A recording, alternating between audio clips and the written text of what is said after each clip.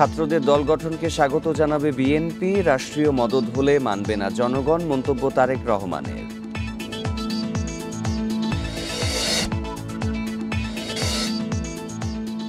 সাবেক এমপিদের শুল্কমুক্ত সুবিধায় আনা ২৪টি গাড়ির নিলাম শুরু আজ। ১৭৫ কোটি টাকা রাজস্ব আয়ের আশা।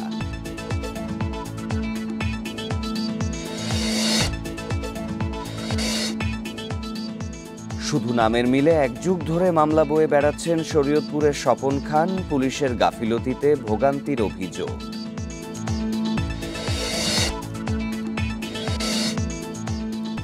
দালালদের ৪২ লাখ টাকা দিয়েও ইটালি যাওয়া হয়নি মাদারীপুরের রাকিব মহাজনের, নির্যাতনে লিবিয়ায় মৃত্যু।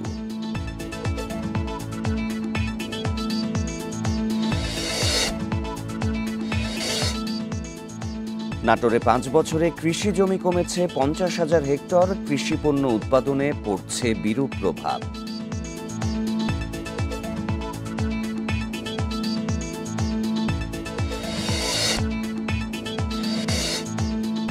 সমালোচনার মুখে স্থগিত হল বাংলা একাডেমি সাহিত্য পুরস্কার, ৩ কার্যদিবসের মধ্যে তালিকা পুনঃপ্রকাশ।